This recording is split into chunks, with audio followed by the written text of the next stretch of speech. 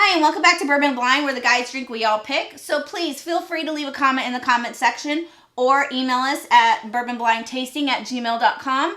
And that way we can get a bottle on the show. As you can see, sometimes they love the bottles, sometimes they hate the bottles. So feel free to email me either way. You have a bottle you despise and want to see them make funny faces? Let's play. Let's find out what they like. Tonight's bottle comes from Iconics 1. Love the spelling, by the way. And I appreciate your email. And let's get to it. So, as always, the guys are next to me. So, I'm not going to tell you what bottle this is, but this is the bottle. And if you love our show, feel free to go ahead and hit that subscribe button on our page. Or if you love our show, go ahead and visit our Patreon page and get some cool freebies, some cool promotions, some cool, just a couple shout outs and everything else. So with that being said, I'm going to go get the guys and we'll find out how much they like this bottle.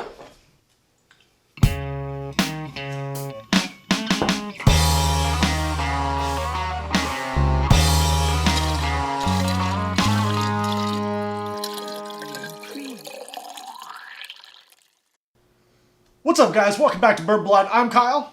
I'm Brett. We taste whiskey. We don't know what it is. That way we can give you a price that we think it's worth without the influence of the label. So that being said, let's get into this. Hell yeah. That was an awesome intro. You absolutely crushed that. It's my first time. I'm surprised you didn't go into the whole price thing. Most people know what's up with our price thing.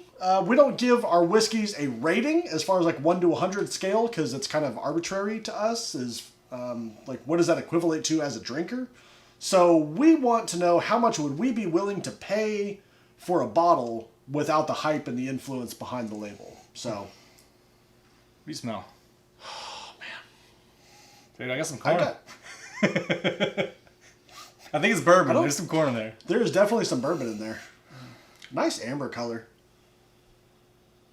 Mm-hmm.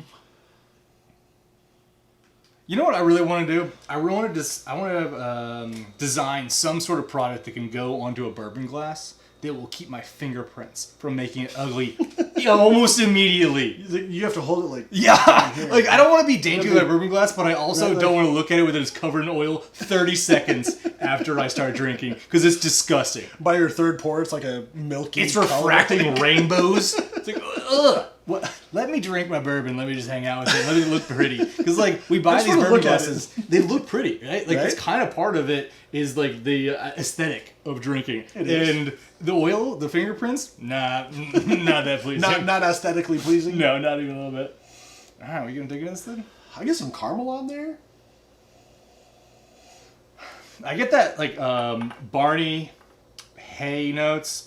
Like when you walk into not like some finished barn, but an old barn. Right. I could go with some of that. Absolutely. Like farmy notes. That grassy youthfulness. That's what I always get with younger bourbons is that it's fresh, but it's hay note, fresh, a little bit of that alkaline acidity. Mm-hmm.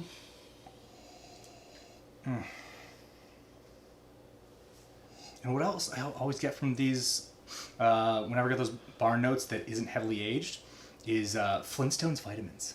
Like some sort of powdery. I don't know how to describe a powdery kind of powdery nose, but it's something kind of medicinal and powdery.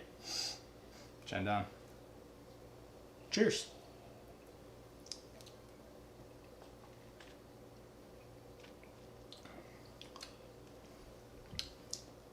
Interesting. A little bit of spice definitely in there.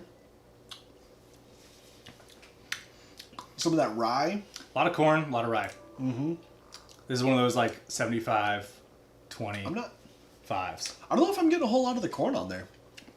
I'm actually surprised because it tastes fairly low proof. I don't know, maybe 100, and it still has that corny oiliness to it, which I dig. I'm not getting a ton of youth on it, so on the palate, so I'm thinking it might be up near that 6-7 year mark. Right. Yeah, it's not like the chicken cock. I can't keep a straight face. Anyway, And say chicken cock at the same time? I mean, I get it. I'm in 8th grade, but if you drop chicken cock around me, I'm gonna giggle. I don't care. It's just gonna happen. Like, oh, let's pick up a nice bottle tonight. Let's get some chicken cock. Although, I mean, I've heard good things about some of their brands. They have an 8-year and a 10-year that's supposedly pretty Oh, good. speaking of we 10 have the years, 6-month version that we reviewed last 6-month week. version? Oh, it's their own Yes. distillate. No. This isn't like their first batch of their own distillate. They're just trying to like let people know, hey, this is what our So juice tastes like. on the bottle it says produced by. It doesn't say distilled by. Well, do they just have extra labels? I mean, it's a fresh label, isn't it? It's like a different brand, and they didn't. So it doesn't say distilled by. They got so someone to blame for that. I think like they just bought it from MGP, and by the time it got down There's to their, no way you. Oh, you can buy 6-month juice from MGP. you can buy new I still. guess you can buy whatever you You want. can yeah. buy new distillate. So, but anyway, on this, like, anyway, go check out the chicken cock episode.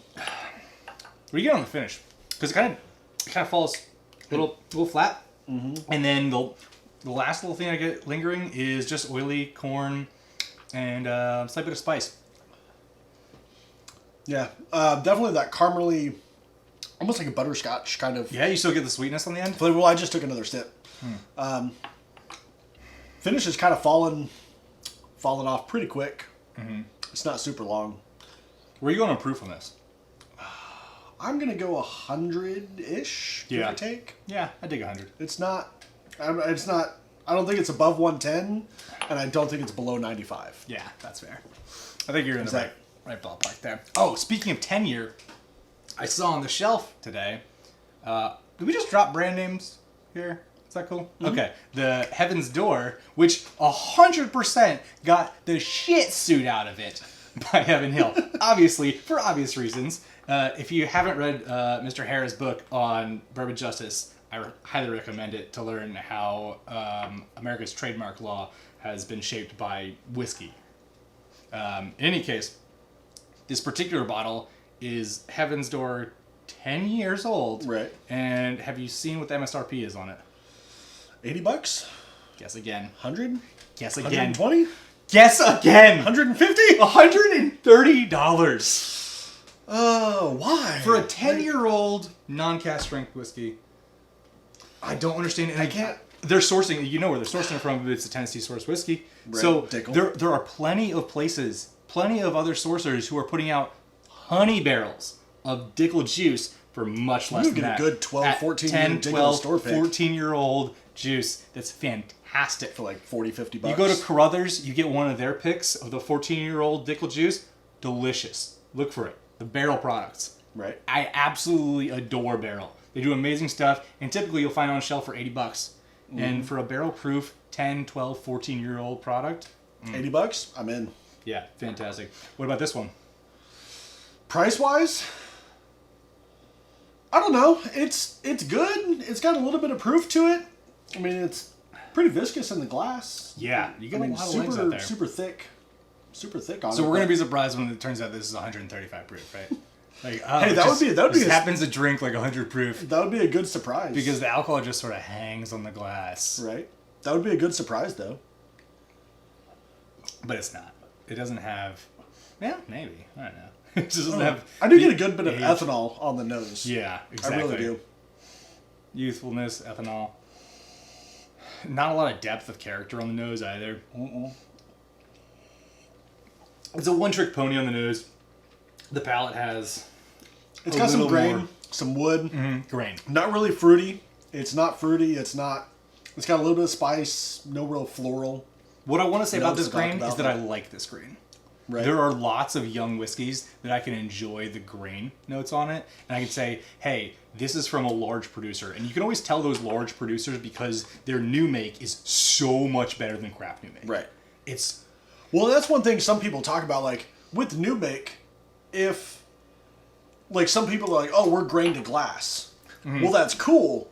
So if you're not used to making that certain moisture content that you need for milling those grains for making whiskey, like from that whole grain to glass thing, you know what I mean? Like there's a lot of stuff that can go wrong. Where absolutely. There's a lot of trial and error some people that like, hey, these people already make corn and stuff for the top 3 people in the country, distillers in the country. Obviously, they know what they're doing. So, like, there's a lot of steps that can go wrong for those grain to glass people. Yeah. But when they get it right, it's really good. But I think these guys got it right. I might be in that $50 to $60 range, maybe. Okay, I'm gonna You know what have I to mean? disagree Like, with you tremendously here. If I'm not getting this for under $35, I don't think I would buy it again.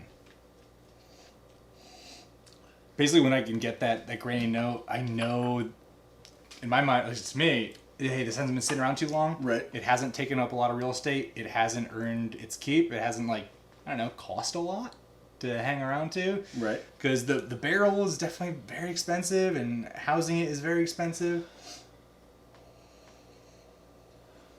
But I like drinking it. This is not a hero whiskey. This is a background whiskey. This is something that I can sit around, chat, do whatever I want to do. You know You what don't I have can to do? think about it. You know what I can do? I can eat pizza, which I was just doing, and get around this one just fine. I do not have to, I don't know, have a virgin palate for it. It's not one of those. A little bit of water, see what that does to Oh, it. you know what? You're really thinking with your dipstick here tonight. Yeah. I try. I do This is this my first rodeo. so rarely at home. This is my first rodeo. How many drops you put in? Oh, About that much. That's probably way too much. You know, whatever. Didn't change the nose. It at killed all some for of the me. ethanol flavor for me. Yeah, dude, it definitely jacked up the alcohol, which tells me that there's more congeners and more what's it called when something macerates into something. Like there are more distributed particles that are homogenized that got dispersed, rather put up to the top by the water agitating them. I do get more of that like caramel vanilla on the palate after the water. The ethanol note doesn't dissipate. Tastes like pretty standard, off the shelf, cheap whiskey. Yeah, I don't. You know what I think of when I drink this? Evan Williams 1783. 17, right? The 1783. It's 90. I think it's 96 proof. I can't remember. 93, 96, something like that. Oh shoot, is that an 80 proofer? I can't remember actually. It's top of my head. It might be a 90 proofer or 86. Yeah, I don't. Like, Any one of those numbers. I don't drink it very often. I know I like it. It drinks a when I little bit drink above it, its but proof because it's fairly young, but it's good stuff. You gonna find out now? Yeah. I'm just trying to think. After the water, Do you like it more or less? I almost like it more with the water, which is kind of odd. Usually I like it without water, but For the audience at home, I have something to talk to you about right now. I know on the camera that his eyes show up a little blue, but there's a tremendous amount of green in there. They're intoxicating. dreamy. I'm Yeah, dreamy. exactly. She's giggling over there. I got her.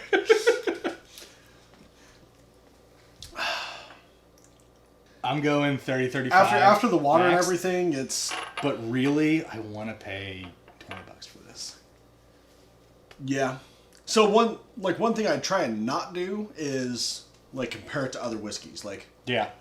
Four Roses small bat or Four It's Roses single unfair barrel. because it's so easy to find something amazing in every price category. Four Roses single barrel at $40 all day long over this. Yeah. All day. Wild Turkey 101, $25 all day long after this. Over Hell this. yes. You know what I mean? So Absolutely. like as itself, I wouldn't pay more than $40 or so for it. Mm-hmm.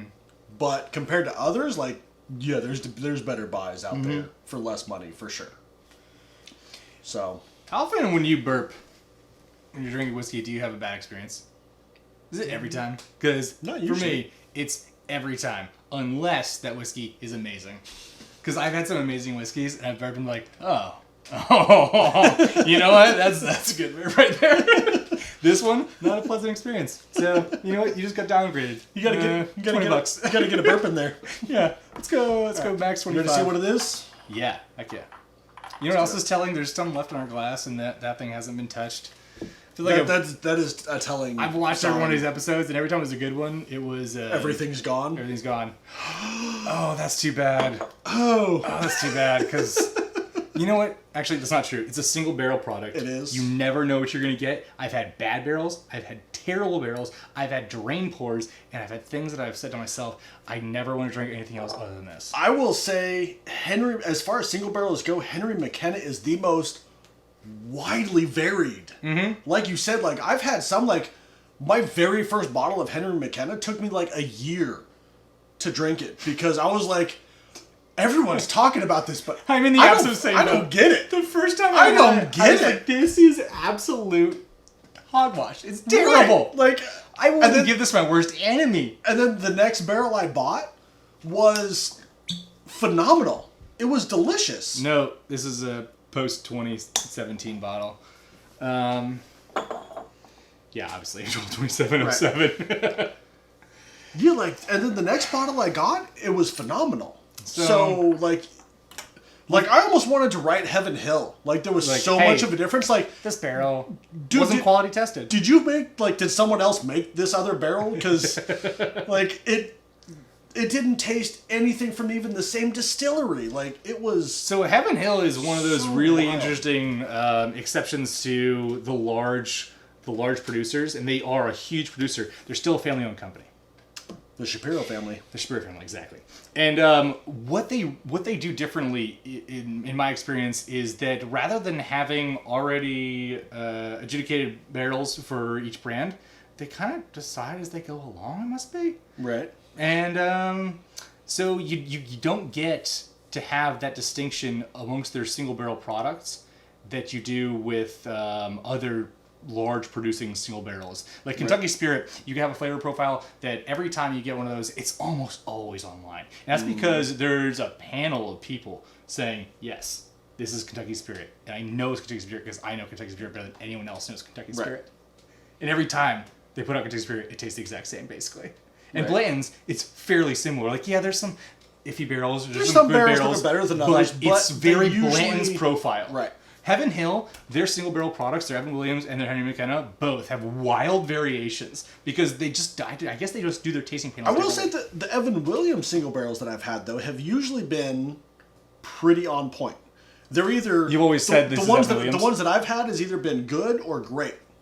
Where Henry McKenna, like you said, like I've had some that was like a huge difference of... Well, I will this tell was you great this. and this was Evan terrible. Williams, Like, $26. Henry McKenna, $32. Blanton's, $60. Kentucky Spirit, $55. right. This stuff, worth the chance. Because guess what? If you get 2 bottles, probably one of them is going to be fantastic. Just make sure they're from a different barrel. Yeah, exactly. Which you can tell down here, barrel number. They do a good If you amount of find clarity on if that. you find a barrel that you like, go buy a few of them. Yes. Buy 3 or 4 it's of them. worth it. Absolutely. Because these are daily drinkers. These are not young. Man. 10 not years. Not young at all. 10 years old. I didn't, like I said, I didn't get a whole lot of the it. corn on it, but...